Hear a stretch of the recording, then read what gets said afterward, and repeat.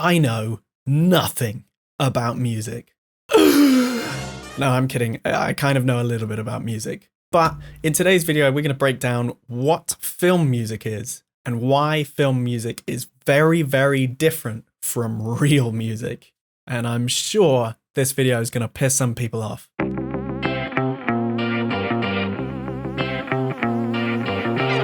So to understand why film music is so different from real music, we have to break down what film music actually is. So film music is anything from a soundtrack to a score that runs alongside the picture of a movie. We've talked a little bit about generating affect on this channel before, but basically what that means is make you feel something using music.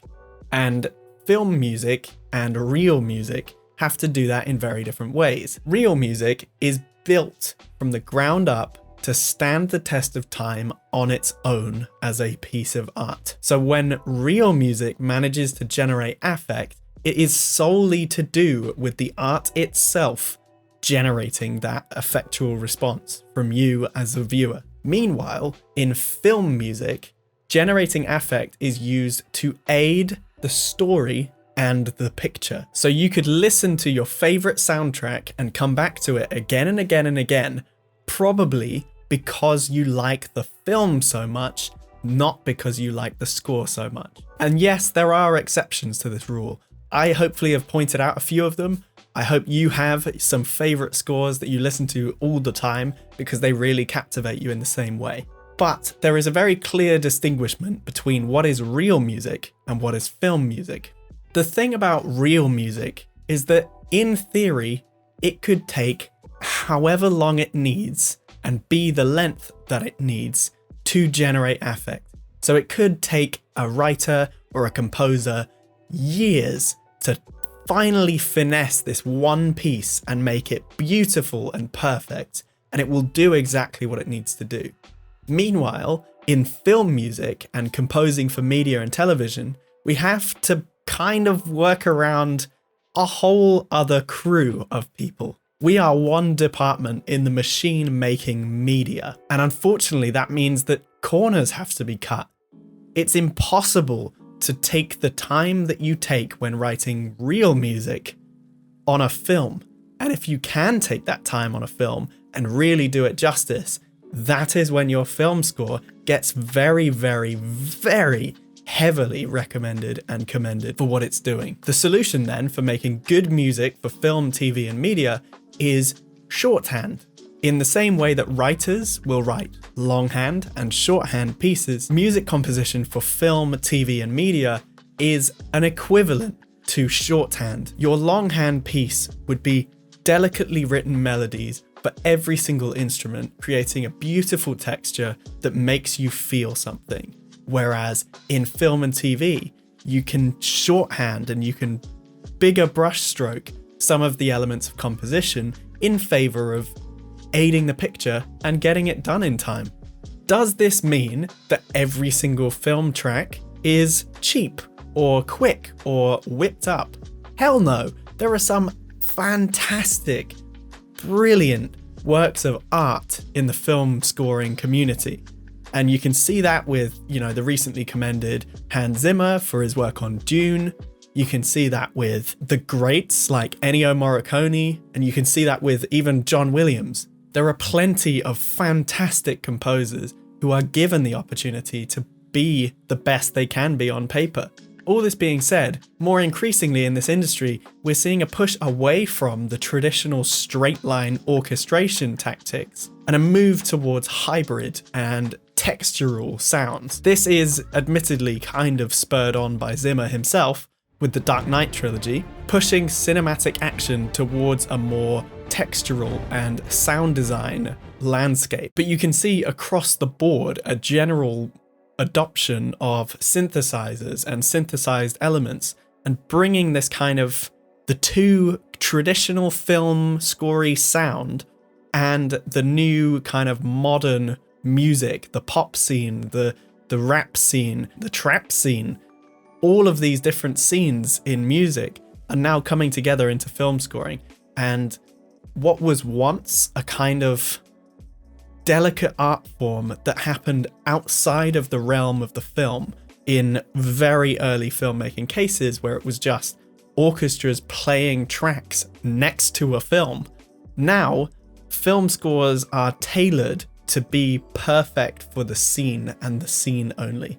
Yeah, we get studio releases, and 9 times out of 10, the studio release is almost completely different to the release in the film. You can even see it in my video on Kung Fu Panda. The Kung Fu Panda tracks that I feature in the video are not the tracks in the cues in the score. They're completely different tracks. So as this new landscape of electronic and hybrid production comes into filmmaking and film scoring, as it has been for the last 10 years and as it will be for the next 10 years at the very least, we can see a kind of shift towards the shorthand becoming the primary hand.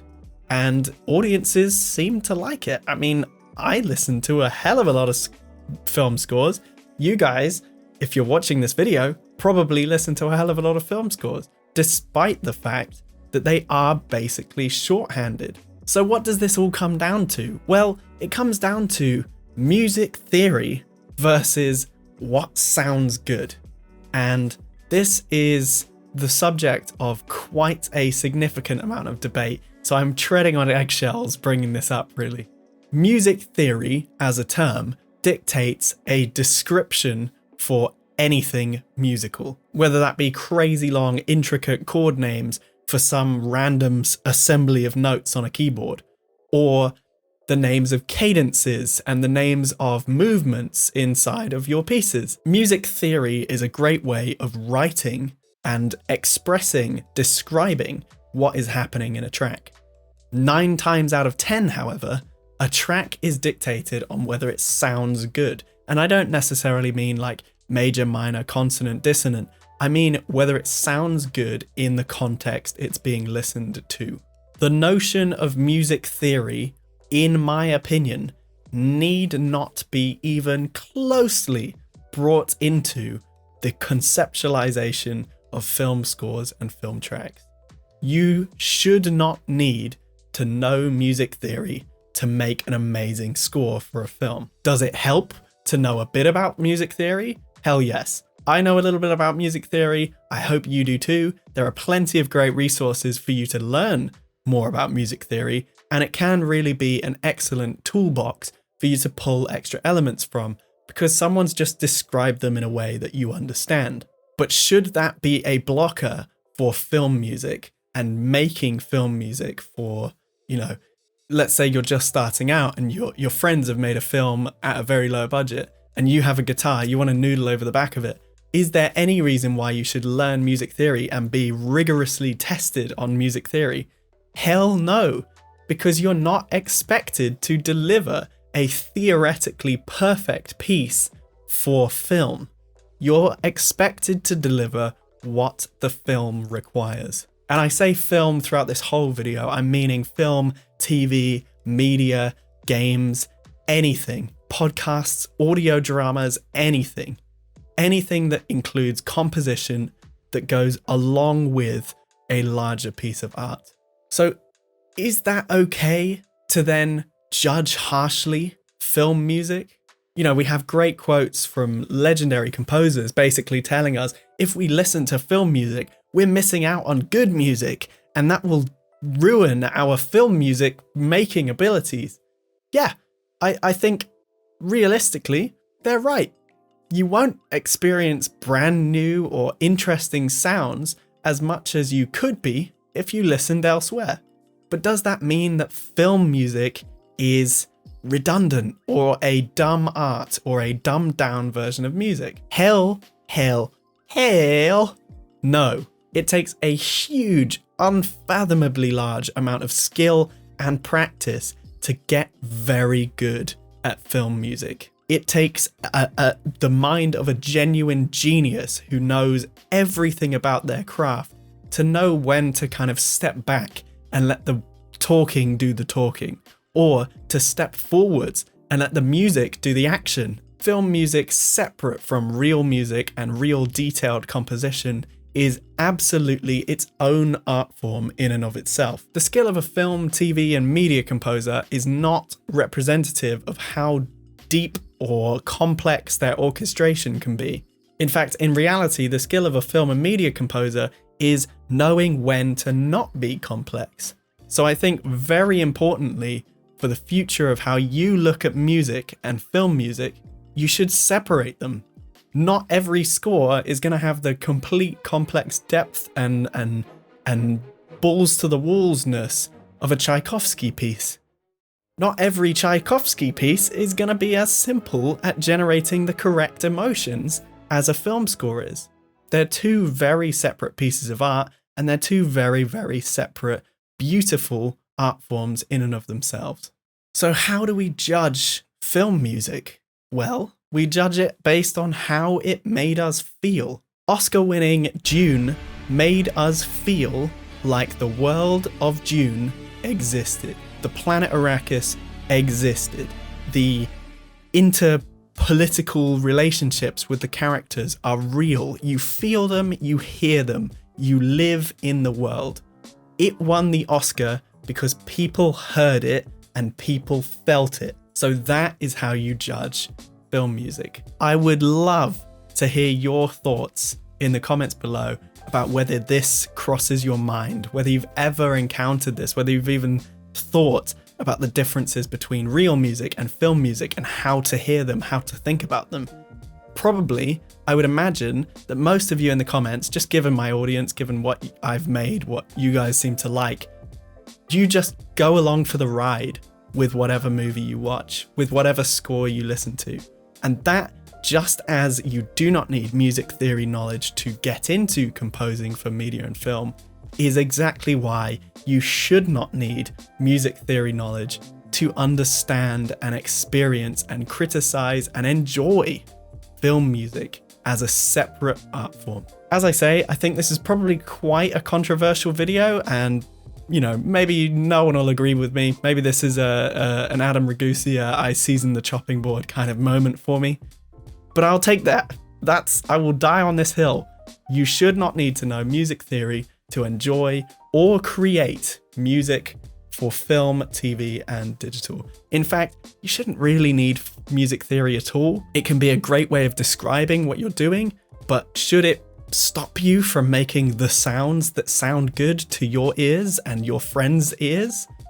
Hell no, you don't need it.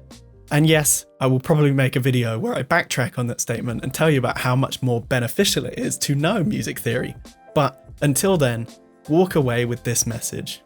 Enjoy what you enjoy, make what you make, and love what you do, regardless of what some guy who has 8 billion music theory accreditations and an orchestration career of 150 years tells you to think. You feel what you feel, and that's what film and TV and digital music is all about.